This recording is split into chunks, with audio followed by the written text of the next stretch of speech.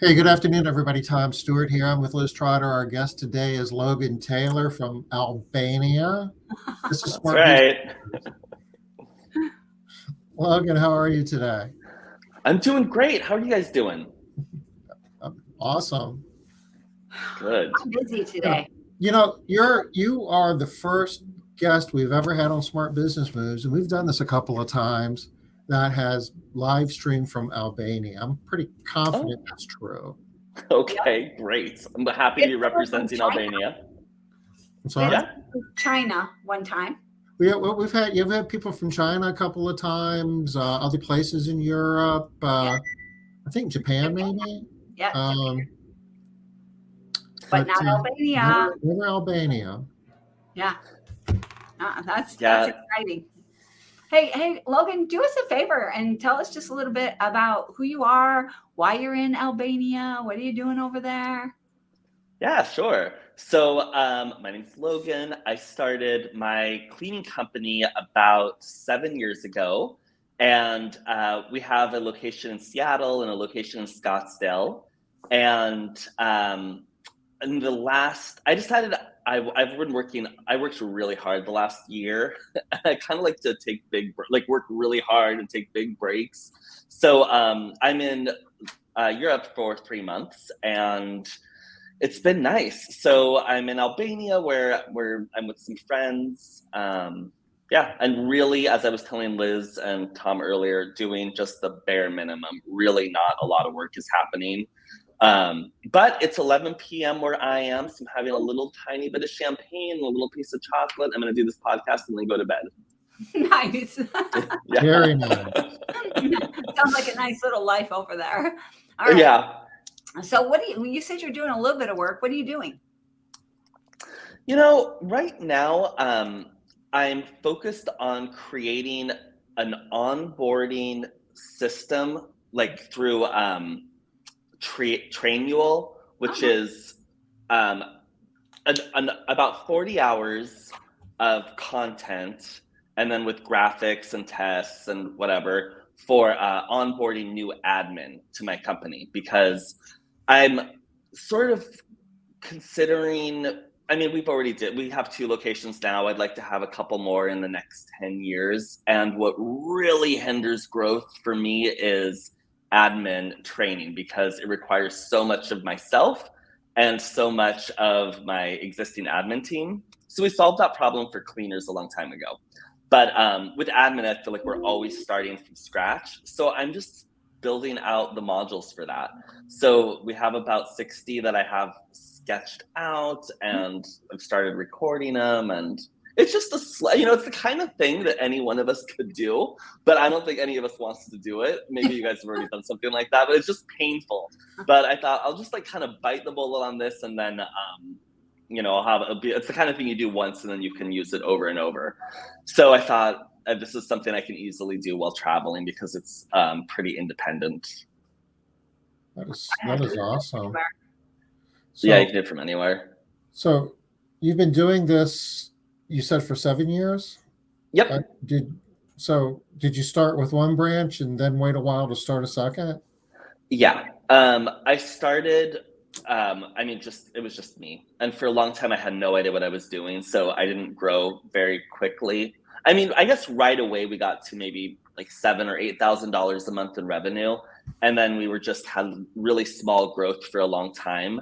But during that time, I was, while I did all the cleaning and everything else, as a lot of people do.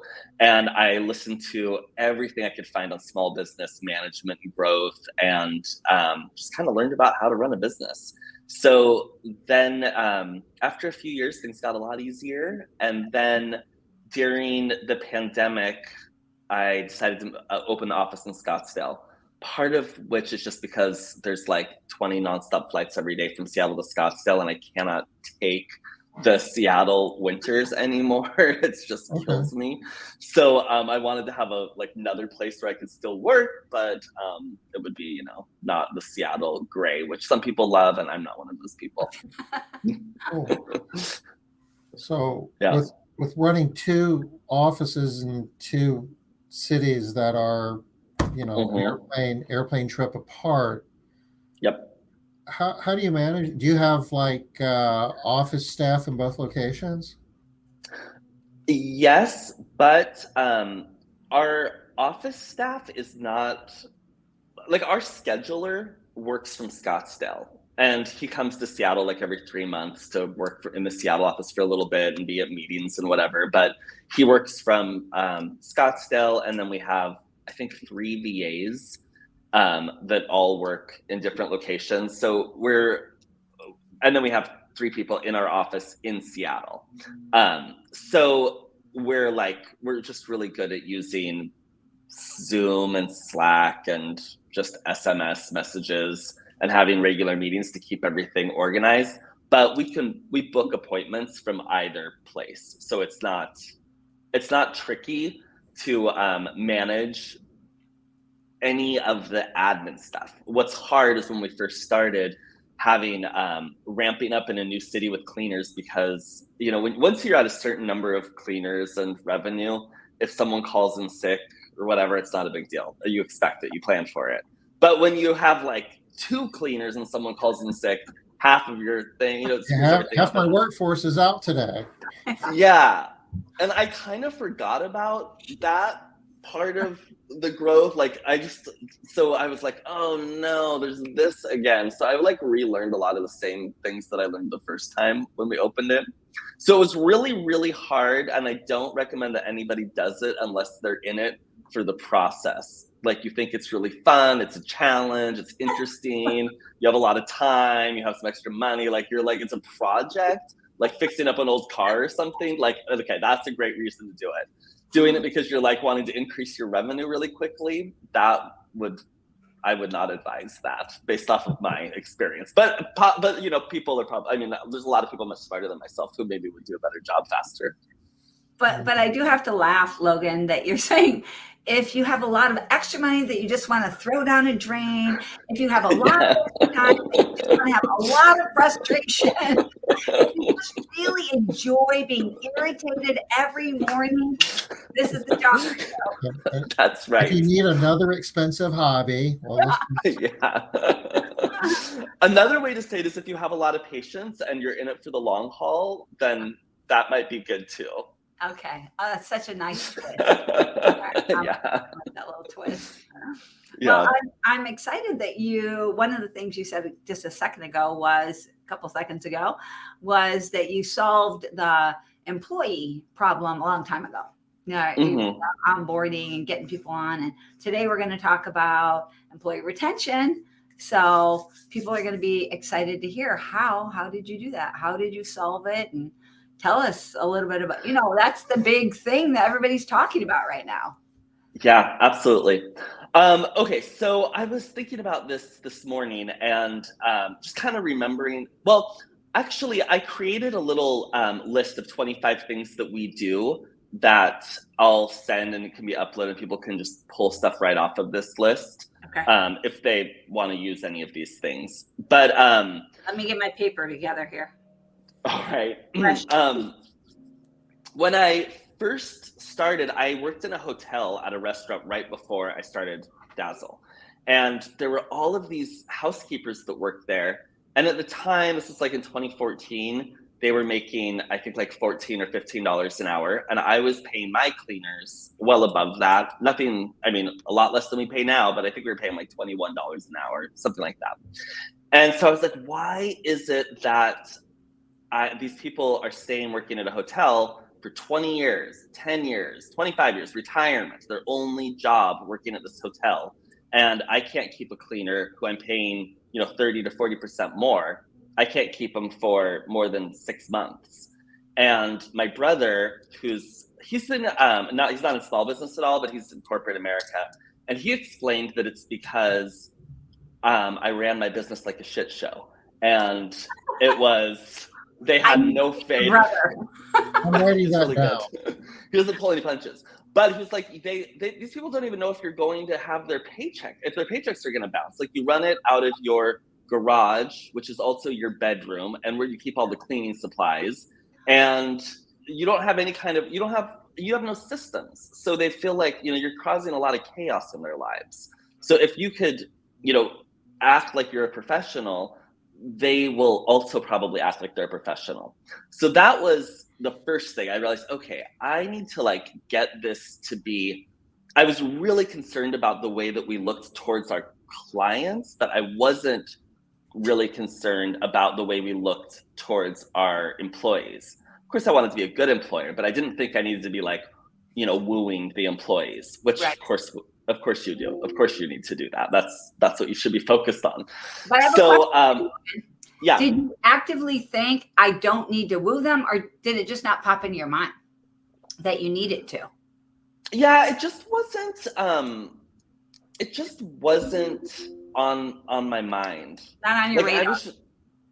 it just wasn't. I knew I needed to pay more than they would get paid at an equivalent job. Like I knew that much. Yeah. But that's just barely scratching the surface of what you want to do when you're trying to really increase employee longevity. So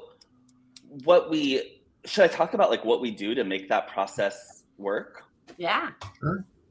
Okay, so good stuff, Logan.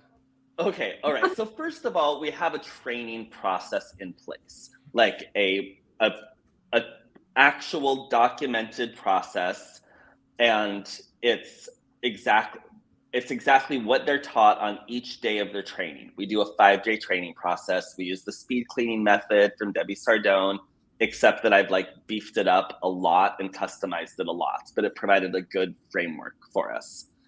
And then we do continued ongoing training with our trainers so that everyone's on the same page. So we have a quarterly training meeting. And then when we're onboarding people, we make sure that we have everything seamless. So we use HelloSign, which is like DocuSign, so they get all their stuff before they arrive, sign all their new hire paperwork, get all that stuff. And then when they get in on the first day, we're not looking for mops, and it's all ready so that it's like we're minimizing the chaos. Because what you don't want to do, which is what I used to do, is be like, oh, okay, they're starting on Tuesday, they're gonna clean with me. Hey, welcome. Why don't you just sit there and drink a coffee while I like get all this stuff together? And it's like it's not so unprofessional. So we just like it to be like really tight and neat. And then we give them a little, little snack packs and tell them they can use the client's bathrooms, because sometimes people don't know this. And then they're like, we learn on day 3 that they're having they haven't peed at work for 8 hours a day and they're all stressed out about it. It's like, what? And we give them bottles of water and just like a little pack for when they start. Yeah. So we like to, well, just a little more on that. After they're done with their training, then the following week, then they get a little tiny bit more training, which is a video that we've made, and it's about a little over 60 minutes, and it goes through the things that I think are really like the most important things that you need to know as a cleaner. And maybe people missed some. It's really hard to learn a lot of new things in 5 days. Oh, yeah. So I like to review it a lot. So we send them the video so they can watch that, so that these are things that are just kind of like sort of deal breaker things for me. Like I really want this stuff to be done. And then they get a little test on it. And that's how we do our onboarding. And then if they don't, if they're not successful or they're not appearing to be successful, it might be because they need a little bit more training, which we're happy to put a day or 2 on to, or it might be because they're not a fit, at which point we get rid of them. That's better to do it. The sooner, the better. Yeah. So when you say that, what if they're not a fit, then you will get rid of them sooner versus later? When do you make that decision? Do you have how do you decide it's not a fit? How do you tell us more about that? Yeah, it depends. If they're just slow, they're just a slow cleaner. Yeah. That I have a lot of tolerance for, because I've seen so many people increase with speed. And if they have low quality, again, you can teach somebody how to clean well. If they are late and missing days on their first few days of work, first week, first 2 weeks, and it's not because of a major life issue, then they're not going to work at Dazzle. You just fire them right away, because if someone calls in sick twice in the first 3 weeks, I promise you, that's just going to be their situation. Yeah. So did you have another thing you were going to say, Liz? No, I like that you're pretty much, for speed or quality, you're willing to work with them. It sounds like maybe like a couple of days. Yeah, but not for if they're unreliable, essentially, no. And then of course, if there's any kind of like trust problem, or they're saying things that are just inappropriate, sometimes you'll get somebody that will say things that are really inappropriate, and you don't catch it in training, and then it comes up, and it's just a poor reflection of the brand, and at that point we'll just fire them. And I know people are really scared to do that a lot of the time, because they don't want to pay for unemployment or whatever, but it's worth it, I think. Just do it. That's my opinion. Just be done. Just be done. It's so much better. I mean, I have never had a time where I thought I need to fire this person, and then I didn't, and then I was like, oh God, I'm so glad I didn't fire them. It's always been like, I knew I should have fired them a long time ago. Yeah. So it's also, I just think it makes it more fair to the employees. I think it's really, it's not good for employees to see. It's not good for your good employees to see that you have a really high tolerance level for BS. Doesn't make them feel good about the workplace either. So it's just better to try to keep it as neat and clean as possible. That's a good question. I love that, though. I've never not fired someone and look back on it and say, boy, I'm glad I didn't do that. I'm trying to think of an example, and I've been doing this for a while. I have. Really? Have you? I did. I had a gal that called out on her second day of work. Normally, that's a deal breaker for me. Second day, please, you're out of here. Yeah. Said her car had been stolen. I was like, yeah. And her car really she brought me a police report. So I was like, all right, I'm liking that better. And then she actually worked for us for 6 years, and she was amazing. Oh, wow. Well, that's great. That was somebody that I was glad I didn't fire. And you know what? I'm thinking back maybe 20 years, and there's an example, one example I can think of. I mean, maybe there were others, but I think what you're saying, Logan, is you got to play the odds. And even occasionally you might let somebody go that could have worked, but for every one of those, you'd be keeping 20 people that wouldn't, and it's not even worth messing with. Yeah, and the biggest thing is unreliability. I mean, that's what you're going to see 9 times out of 10 when it's a problem. Yeah. And attitude. We do hear a lot of people have trouble with employees that have attitude, whatever that is. Yeah. I don't know. I mean, I don't know if I'm like being shielded from that at this point or something, but I don't see that a lot right now. I knock on wood. I remember that from a long time ago, and I did not enjoy it then, and I'm sure I wouldn't enjoy it now. But that's definitely a deal breaker. You're also not there. I know, I'm not there. That's the thing. And but it's not as irritating when you're not there. It's true. My tolerance level is through the roof when I'm not there. Yeah. All right. So we got the training process, good trainer program, onboarding, very professional. The fun little bring them in a nice way, give them a snack pack, some water, all that good stuff. Then they have a little extra training that following week in the form of that video. And then where? Okay, so then the next thing, and this is kind of, I have a bulleted list that we'll send over to concrete things people can do, but just kind of to put the framework in place. Yeah. The cleaners are the VIPs of our company, not me, not the clients, not the office staff. The cleaners are the people who are bringing in revenue. And they're the only people that are bringing in. I guess you could maybe make the case that a salesperson's bringing in revenue, but most of us are not doing that. Search engine optimization people and marketing people, we're paying those people. Cleaners are actually getting cash deposited every day in the account. And I was doing some quick math, and I'm going to change it for my number, I'm gonna shift these numbers down a little bit to make them more realistic for to make it more of an average, I think, of what people are charging. So if you're charging $50 an hour and you have a cleaner who works an average of 30 hours a week of billed time, that means that they are billing $1,500 a week.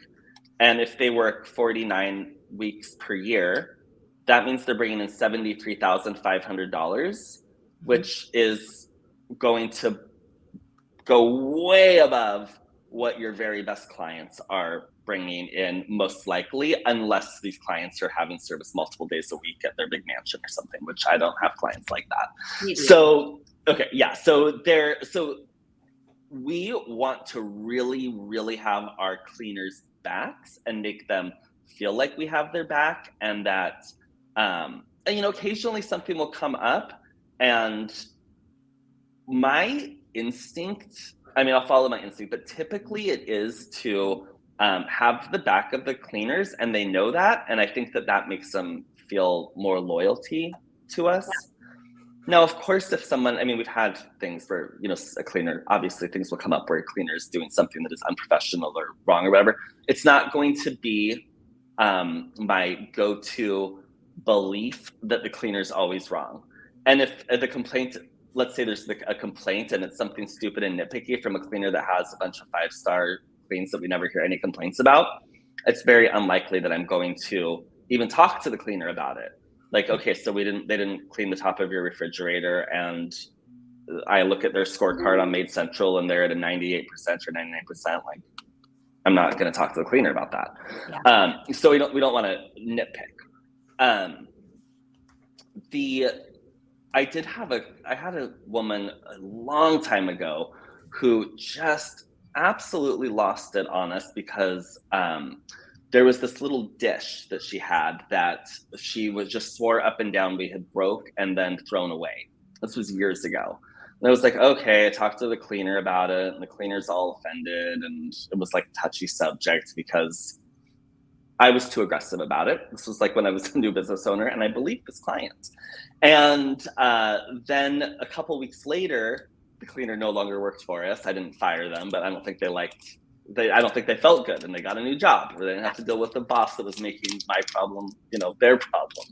So I was cleaning that client's house, and underneath her couch was a half-smoked joint that had been like put out in the dish, the lost dish. Yeah. And so I'm like cleaning under, then I look and I'm like looking at my phone. I'm like, is that the same? It's like, I could not believe it. I was like, so it was a really good lesson. Like, just because you have a cranky client or someone that's like shooting you off text messages or emails about something that they think went wrong, take the time to, you know, my method is take the time to investigate it and, you know, see what's really going on. Don't take people for their word right away that the cleaner was wrong, because often they're not. Right. And then if they were wrong, then decide how you're going to deal with it, which might be to do very little, in my opinion. I'm totally on board with your opinion. I have had, over the years, I don't have a number, but a lot of people have accused us of theft over the years, like stealing things. But, and I wish I could tell you that nobody's ever stolen from my company, but that's not true. But the percentage of people that have actually truly stolen compared to the number of people or number of times that we've been accused of stealing, minuscule. Minuscule. Just so crazy. And many times the people are positive. 100, I would say the majority of the time, the customer 100% positive. Nobody else was in my house. There's no possible way that it ever, and it ends up invariably not being us. It's your daughter's boyfriend, your son, your husband. Yeah, same. Sorry. Yeah, absolutely. Same thing. A surprising number of times, whatever it is they're looking for is there. They just can't find it. And sometimes things are stolen, but there are other possible suspects. And you know, the old stereotype, well, you know, the cleaner must have done it, you know, is unfortunately. where it goes. So Mhm. investigation is important. And keep an open mind, and innocent until proven guilty. Yep. And really, Absolutely. I think the main thing about what you said is not even the process as much as the mindset. The mindset has to be that just because you said it doesn't make it true. It doesn't make it wrong Right. or untrue, Yep. but we're not just going to go with the idea that somebody stole something or broke something or damaged something just Mhm. because it was said. No, and Yep. that can be a little bit tricky because Mhm. both sides of that equation want to feel like they're being heard, they're being respected. So, Yep. but your Yeah. point, $73,500 Yeah, has I more mean, weight, carries more weight. Yeah. I keeping don't want keeping to. that in mind makes it a whole lot easier to keep an open mind. It's like I'm gonna try really hard to come up with another explanation for what's going on here, because I don't want to let $73,500 a year go out the door. So, Yeah. Absolutely. Um. Should I move on a little bit and go through sure. a couple of things people can do? Okay. So, um, the next thing is that we celebrate all of their birthdays, and they get the day paid off, and they get $100 gift card or cash or whatever. And we do that for our VAs as well that live in different Nice. parts of the world. I like try to bring them into the team as much as possible. um, and we approve 100% of time off requests that are submitted with 2 or more weeks notice. Because if I were cleaning houses and I wanted to take a vacation and I couldn't get the time off, I would find another place to clean houses at. Me too. I'd quit. So yeah, I quit. So approve it. And I know that sometimes that's hard, but it's worth it because it's better to have them than to have them, have them leave. And Give then, them a day Uh, off rather than giving them that day and every day after that off. yeah. mhm. And Yep. we've done that for quite a few years as well. And Mhm. you and I both know you only think it's hard. Once you start doing it, it's not hard. It just becomes part Yeah. of how you do business. It's actually not. Yeah. Yeah. Yeah. It's absolutely true. Yeah. Yeah. Um, That's good. I love that one. I like that one too. We started giving 3 weeks of PTO to people on their first year. So they start accruing the 3 weeks of PTO on their first day, and it's an equivalent of 3 weeks. And then their second year, they get 4 weeks, which is a lot of PTO, but it That is- includes their sick time. And when I was thinking about, we raised our top level pay up to $28 per hour recently, and we were thinking, how high can we take it? And I decided it was better. I mean, it's when you I don't have the math in front of me, but it's like the equivalent. Adding that extra PTO is like paying them $28.14 an hour all year. Like, it's really not a lot. It feels a lot more to the employee Oh yeah. than the actual checks that I'm writing out for it. And the people love it and they take it, and we encourage them to take it. And I think it keeps people a little bit more refreshed, and it's an advantage when they're looking at jobs, because most people who are working for a cleaning company as a cleaner, their other jobs that they would be looking at do not have. No. They have very little PTO, certainly not 3 weeks the first year, certainly not 4 weeks the second year. So I feel like it really gives us an advantage, and it's really a lot cheaper than a lot of other things that we've done. So tell me a little bit more about it, Logan. So they start earning it on day one. When can they start spending it? Do they have to wait until the end of the year? Can they spend it as they accrue it? Yeah, we let them spend it as they accrue it, so they can spend it however they want. And some people do that, and some people, I like it when I see them saving it, because it makes me hopeful that they're planning to really be here for a long time. But yeah, we're really loose with the PTO, however they want to use it. The only thing that we do is, I think it has to be like a full day, like 6 hours or something. They can't take 2 hours of PTO, something like that. Yeah. So we have Denise here.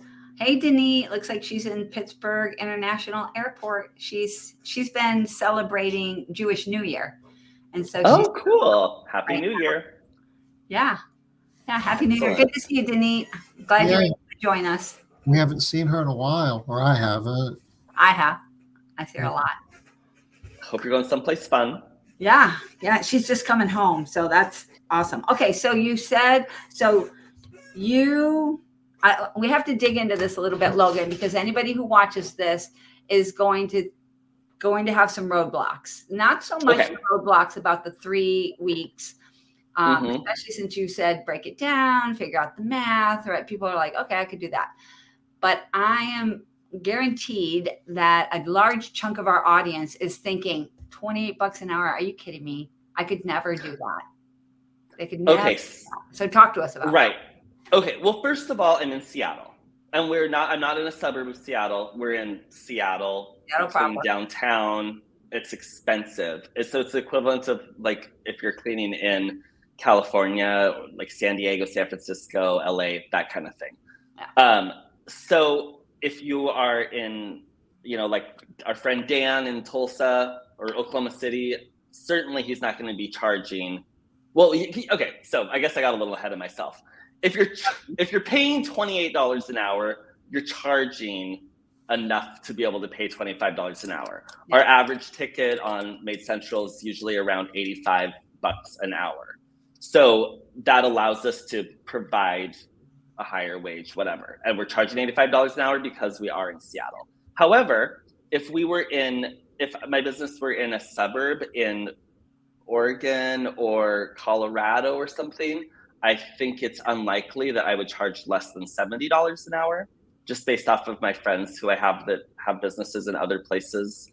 I think that that's a pretty fair and attainable price, as long as you're a professional service with branding. I mean, your company has to be branded and be looking. Yeah. People have to believe you're worth $70 an hour or $80 an hour. And so if the problem is that, like, if you think that $22 an hour, if you could never pay that, then that means no matter where you're at, that you need to raise your prices or cut back on overhead, probably raise your prices. Yeah, probably a mindset issue. Yeah, it's a mindset thing. I mean, it's the first thing anyone is ever going to tell you. Raise your prices, raise your prices, raise your prices. Unless you've already raised your prices every year and have been doing that, then you're probably, you probably still need to raise your prices. Especially after COVID, right? And the situation with where what were we looking at, Tom? Last couple weeks ago, maybe. And were we looking at the JOLTS report? We were looking at the consumer price index and inflation and 9% year over year. I think it tipped down to 8 something, but by all accounts, inflation is going to be high for. Actually, I was reading an economics report from somebody who I believe really knows what's going on, and they're saying for the rest of the decade, inflation is going to kind of ebb and flow, expected to start going down, but, it may get to 4%, and then it might get back up to 5 or 6%. You're going to see it kind of going up and down like that for the rest of this decade. Okay. So, all right. That's a different way of managing. And most of us, really none of us, have actually run a business with that type of economic condition that we're going to have to manage. So no, I haven't.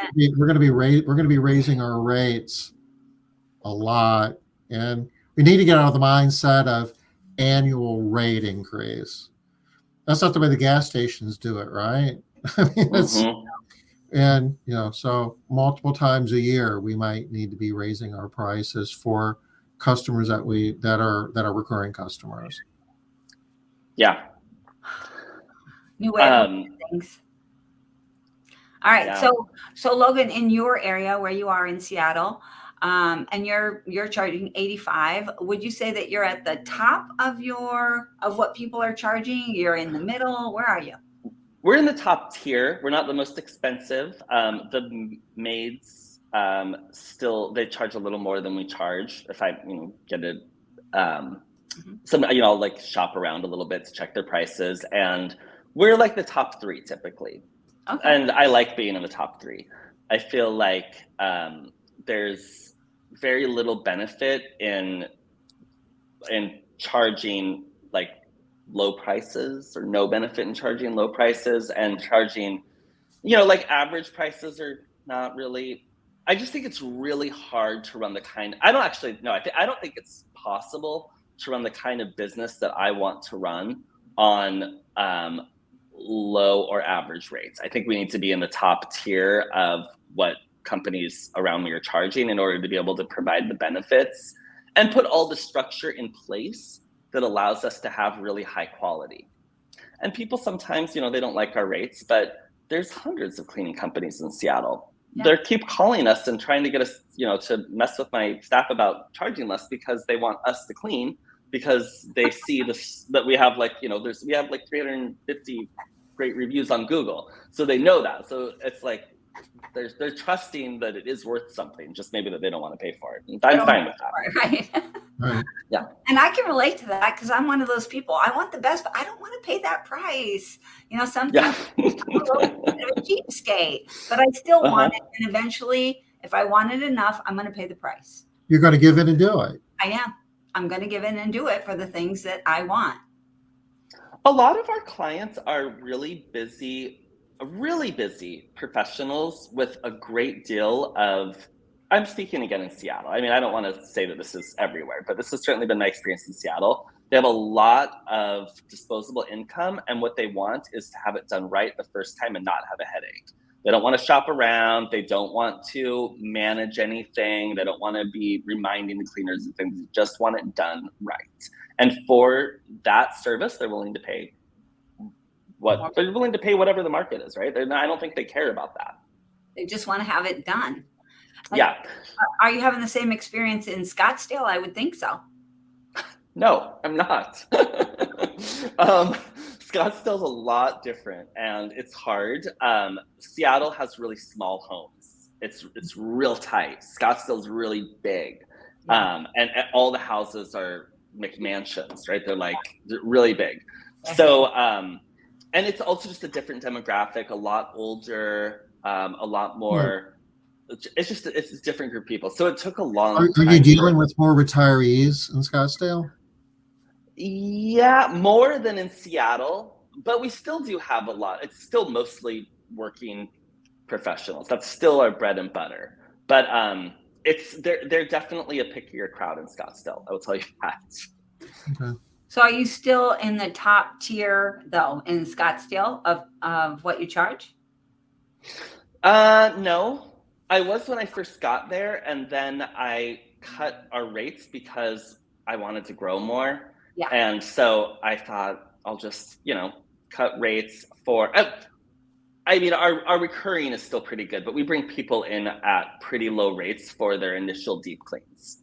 Okay. And then in Seattle, we give discounts on initial deep cleans, but not like we do in Scottsdale. All right. So you need better bait in Scottsdale. Is what you're telling me. You need better baits in Scottsdale, yes. It doesn't work to have lures. They need the real worm. All right. Yes. I got you. Well, so Logan, Denise asking about differences between the locations in terms of price and pay. So I think that you certainly touched upon that. But if you're charging a little bit less, I guess the whole compensation structure is a little bit less as well. Yes. So everything I've talked about is Seattle based. This is what I'm sharing is the Seattle numbers and compensation structure and benefits. Scottsdale is similar, but it's like not quite. It's like nothing's quite as good, right? Like the top level pay in Scottsdale, I think, is $25 an hour, whereas it's $28. And then the bonuses, the structure is all different. Yeah, but it's still good. Yeah. Yeah. Yeah. I mean, because they are the people I know companies in Scottsdale, and they are not typically paying $25. So that is still really good pay. Yeah. Yeah. Yep. I mean, Scottsdale's not cheap either, right? It's still an expensive place. It is. And people, some stuff is inexpensive, but other stuff is pricey. Yeah. Yeah. All right. So what else? What else should we be thinking of that we can do that people can do? Pay well, but charge Pay well well. enough to be able to afford it. Absolutely. Have PTO. Provide medical insurance, which it's really more, I think, a bureaucratic headache for yourself or whoever's in charge of getting that set up than anything else. So the way that we do it is it's Kaiser Permanente. They provide great coverage, and our employees are eligible for it after 90 days. And they have 3 different plans they can choose from. And each plan is the plans are between $300 and $500 per month. And we pay half the premium, and the cleaner pays half the premium. And they get paid every week. So if they choose the $300 one, that means that they're paying $150 per month for it, broken up out of their weekly paychecks, and we're paying the other $150. People love that, and I think that it's something that sets you apart if you do it. Sure. Do you happen to know what percentage of your employees take advantage of that benefit? That's a good question. I think it's probably around 30%. None of my employees take advantage of our benefits at the level that I expected that they would, and or that I would. We also have a 401k with 3% company matching, and a minority of our employees take advantage of that as well. The only thing I just will say about 401k is that it's really easy to choose a 401k from your payroll provider that has extraordinary fees for both you as the business owner, and I'm not sure if the employees are getting the same fees or not. So you want to be smart about that when you're shopping around for a 401k if you do it. But it's a great thing to be able to offer cleaners, and it helps. What my goal is to be creating a career mindset for our cleaners, people that will be wanting to work here for 20 or 30 years. I mean, that's what I want.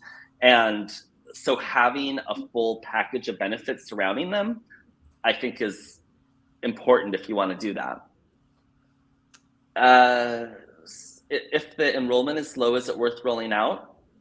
I mean, I think so, because it's even if none of your employees do it. I mean, this sounds so cynical, but I'm just gonna say, even if none of your employees do it, you still get to advertise when you're hiring for employees that you have 401k with company matching, and it makes you look like a good and caring employer, which we all want to be good and caring employers. We actually are. People need to know that you're a good and caring employer, right?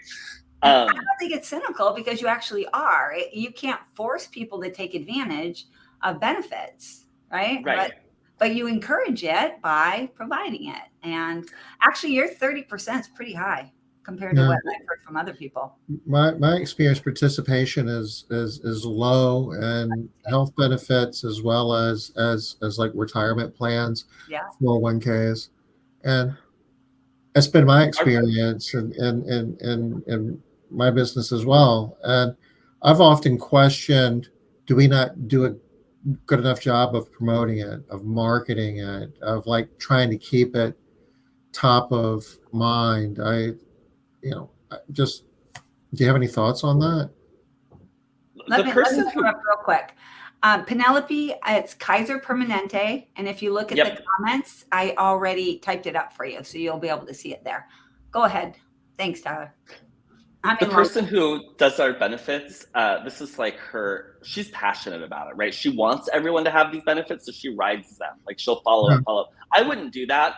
And I mean, there's been plenty of especially like now, I don't care. But there was times previously where I'm like, why are you shaking all these people down constantly to give me a bigger bill? I mean, like, they said they don't want it. Just leave it. Leave them alone.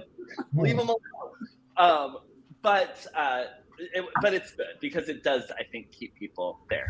Another thing that's a lot easier than health insurance, and cheaper, and really so easy to roll out, is Aflac, which has a huge suite of services that you can choose from, like telemedicine, life insurance, accident insurance, and some of those we just automatically pay for our cleaners, like the accident coverage, we just do that because I used to have people, they would get sick or someone in their family would get, whatever. They had to take time off and I would feel bad. So I would just like still pay them some amount of money every week for a few, however long. Or I had a client or a cleaner who got cancer. I was paid her for months and months. So then I realized, oh wait, it's actually cheaper just to pay for the AFLAC to give them this benefit, and then they can choose additional benefits that they want as well. So we pay for some, and then some we just subsidize. They also get vision and dental, and AFLAC's not insurance. Or I guess some of their products are insurance, but their health stuff is not insurance. It's just like a payout benefit. So let's say that they decide that they're going to choose the dental plan, and now they are paying $15 a month or whatever to their dental plan, and they go in to use the dentist, AFLAC will say, okay, now you have $700 to use, you pay back, something like that. So we rolled all that out first, then we rolled out actual dental insurance. They can be used in conjunction with one another. You can use both. But a really good, easy first step is AFLAC. It's far simpler than insurance and dental insurance. And very inexpensive. Very inexpensive. Yes. And people do love getting those checks. Oh, yeah. Because they actually get a check. And a big one is you can, just for your wellness check, everybody gets that wellness check. So you're going to get a check guaranteed if you sign up for AFLAC, which people do like. Yeah. They have some pretty cool swag too, like the little yellow duck that you squeeze it and it says AFLAC. Funny. They do. Those things got fought over in my office. Everybody wanted the duck. We had to ask the guy, I can't remember his name. We had to ask him for more ducks. I'm like, really? We're shaking them down for more ducks? All right. I really want to work at your company just because you shake down so many different people. For so many different things. For so many different things. That sounds fun. All right. Okay, so another thing that I think is really important is having an employee manual and policies that are written down that are applied evenly and without favoritism. So we're holding everybody to the same standard. This is a thing that is, I think, really hard to do, and it takes a lot of practice. And I think that my experience has been when people don't have management training or experience, it's super easy to fall into a favoritism trap, and it is a trap. People will resent you for it, and it's unprofessional. So having what is tolerated and what isn't tolerated written down makes it easier to be able to enforce things.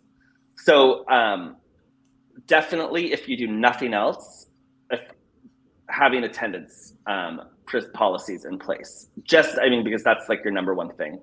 And possibly having, if you're using Made Central, which if you're not using Made Central, you should be using Made Central. But Made Central has say that. they have the surveys that are sent out, so you can see the score, a quality assurance score. And what we're doing now is rewriting our policies so that people have to be above a certain quality score, or otherwise so-and-so action is taken. Makes it easier. It's like I like having these metrics that are easy to track. It's not, we don't have to guess if you're doing a good job, or it's like, you can be really bubbly in the office and sweet and funny and not be a good cleaner and be late all the time. And those two things are more important to me than how you are in the office. Yeah. It's like, you don't have to be Miss Congeniality or Mr. Congeniality to be a great house cleaner. You might be, that's lovely, but you don't have to be. Yeah. You can't be rude. You can't be rude. No. Honest, no. But you don't have to be Miss Sweetsy all the time. You said something I wanted to ask you about, and I didn't write myself a note. Oh, I know what it was. What is your attendance policy? Okay, so every cleaner can have 8 unexcused absences or instances of absences per year. And so 8 instances. Let's say that you call in from work on Wednesday and also Thursday, we count that as 1 instance. Okay, so you have 8 of those per year. But we don't call them calling in sick. It's just calling in. no questions asked, no attitude, no feeling bad. It can be, and we make this crystal clear to them. You can wake up and decide that today you need to watch Netflix all day, or you need to be with your kids, or you're having a mental health day, or you are sick, or your car did break down, or whatever. I care what's happening in your life, but I don't care why you're not coming to work, as long as it doesn't exceed 8 instances per year. And I feel it's easy for me to enforce that because I think 8 is more than fair. And when I was an employee, I was looking back, and I usually had like 2 to 3 per year. And so I think 8 is fine. Now, of course, we're not going to be heartless. If someone has, like, I've had cleaners who they were having cancer treatments, they were having chemotherapy, and the kids, they're trying, okay, Yeah. this is not, like, policies are not meant to be the be all end all, right? This is just this is the system we have in place. And then when you have an extraordinary situation, then you can step up and do something extraordinary, maybe, or at least make an exception.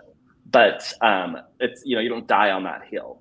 But 9 times out of 10, or way more than that, actually, 19 times out of 20, if someone violates that 8-time policy, they don't work here anymore. Also, you can't have more than 2 in the first, I think it's 60 days. I like the idea of doing instances as opposed to days, or at least under some scenarios. I mean, I know people have had COVID that have like been sick for weeks, and Yeah. But the no fault, basically, it's like you can wake up in the morning and say, you know what, I just don't want to come into work today, and that's one. But whatever happens, I'll wake up to work today, and it's like, you know what, I don't think I want to come to work for the next 3 weeks. I mean, at some point, how would you manage that? I have not had that happen, but if I did have that happen, I would make an exception to my own policy for sure, and quickly. I think that, I don't know, I assume if something like that happened, they would be telling me they were really sick or something. I probably wouldn't even think to check in on it. I would just be like, oh, they're sick. Well, I will tell you, right before I got on this call today, I was talking with a business owner, and she has lost 3 people in the last 2 weeks because they don't want to work anymore. They just don't want to work. I was like, what do you mean they don't want to work? She's like, yeah, they don't want to work. And so they're not going to work. Oh, actually, I think I said 3 weeks. No, it was 2 weeks. 3 people in 2 weeks. And so she's going to offer them LOAs and let them try the not working thing and see if that's going to work out for you. But, are those great employees? All 3 of them. 2 of them are her top trainers. Oh man, that is rough. Yeah, she's not happy. Luckily, she's got a larger company. She's got, I think, 45 employees. So it's not, but it's just it's a scary thing. She's like, Liz, what do I do? I'm nervous. 3 people. Yeah. Talked. I'm like, oh. Yeah. I'd be nervous too. Oh yeah. Well, I mean, it makes me nervous. Me too. That story makes me nervous. It's not working. Yeah. What? It's not good. Yeah.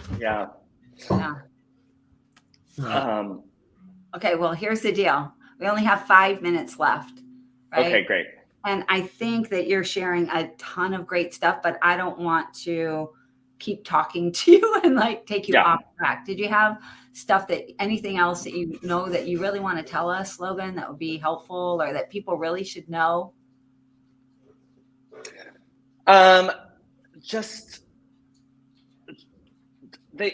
People work harder for praises than they will for raises, so they need to be paid well as well. And if they are feeling disrespected, they're going to leave. One little system that we put in place is that everybody in my office is empowered to send Starbucks gift cards on people's phones for when things go wrong. Thanks for doing this. Thanks for doing that. And we try to have everybody that works with the cleaners send between 1 and 3 $10 Starbucks cards to them, to different employees every week. So it's like we try to systematize it so they're not forgetting. Like, did you send your Starbucks cards this week? Yeah. Just to try to be giving, as you grow, you have to put systems in place to have a personal touch, or it's easy to lose a personal touch because you're not going to be there anymore to do that. Like I can't be there to do that. So we like to do stuff like that. Liz, I'm going to take this 25 thing. Should I post it on Facebook or send it to you or to someone else or maybe to Carrie? Is there a place where people might want it?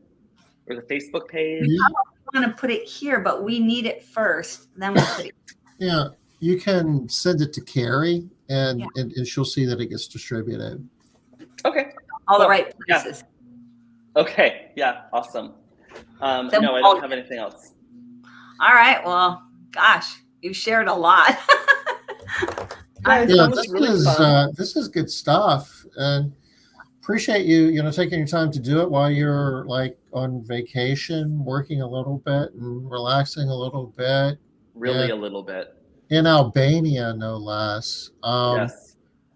And kind of a backstory. Yesterday, we weren't sure you were going to be able to be with us because of like power and internet and stuff like that. We had a crazy storm, and I'm from the Pacific Northwest. We don't have flooding. Well, I mean, not where I live. In Seattle, we don't have flooding in Seattle. Yeah. So huge storm, power was out. And then the next day I went outside and the street is completely flooded with a lot of water. And the only way to get anywhere, no electricity. Oh, and the water, I don't know what's going on with the water because in Seattle, if you lose power, the toilet's still flush. That is not the case here. So we had to take off our socks and shoes and walk through all this water to get anywhere. And I'm like, ew, this looks so gross.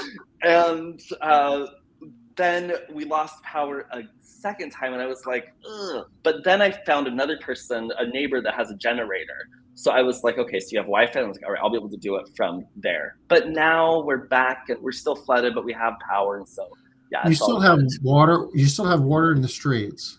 We still have water in the streets. Yeah, it's not draining.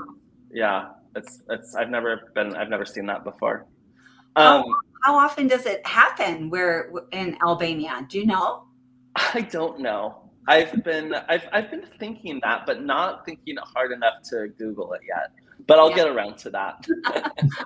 I know. I'm like, oh yeah, that seems like it's a good thing to know. Yeah, we're gonna lose power all the time. Yeah. I know. Well, we're here for another week, so I'm hoping it doesn't happen much more in the next week anyway. Okay, well, where are you going next? We're going to Egypt. Or we're going to Greece and then Egypt. Oh, so, cool. Yeah, it's a cool. big fun trip. Yeah. I want to say one more thing before we go. I do have my little Made Central, it doesn't work because I have my blur on. My Made Central notebook here with me, which I use to track my numbers every day. And I absolutely love Made Central. And I think anyone listening to this, if you have a cleaning company and you're not using Made Central, I would definitely suggest giving it a try. And then the other thing, the next time, Tom, you do the training, if you can make it to the training, go. It's so much fun. It's a beautiful city. And everyone I was with, we all learned so much. We were so glad we went. You'll make back whatever money you spend on your hotel and flights and training very, very quickly. Logan, you're very kind and give us a shout out. We don't have our training schedule together for 2023, but we do all that in Charleston. And most of the time, Liz puts a program together, and we kind of do it together in the same week. And we're trying to figure out what we're doing in 2023, and we'll have that figured out. Cool. Awesome. Well, I'm looking forward to it because I want to go, and I want to have a couple of my people go as well. Awesome. Fun. Well, hopefully you're going back from all the fun places, all the travel. Yes, I will. So we are at the top of the hour, so we're gonna wrap it up here for today. But we'll be back next Wednesday. Yes, next Wednesday. The following Wednesday, I guess we're not going to be here because we're going to be in Chicago. We're going to be at the convention, ISSA convention. So, but we'll be here next Wednesday, 5:00 Eastern. Logan, you rock. I really appreciate you staying up late for us. I know it's midnight now. It is. It's time for bed. Go to bed. We'll talk to you later. One thing I don't think we said was that your company name is Dazzle Cleaning in Seattle and in Scottsdale. The Dazzle Cleaning Company. Yeah. Yeah, So y'all not go. dazzling. Yeah. Did I say? Yes. Yeah. I didn't say. No, that. I'm just saying it because we're constantly with the dazzling. Oh, okay. Yeah. Just dazzle, y'all. Razzle dazzle. Yeah, the Dazzle Cleaning Company. Nice. All right, thanks, you guys. Thanks, Thank you. Logan. See you next week, 5 o'clock Eastern. Bye. Bye-bye. Sleep tight. Bye bye.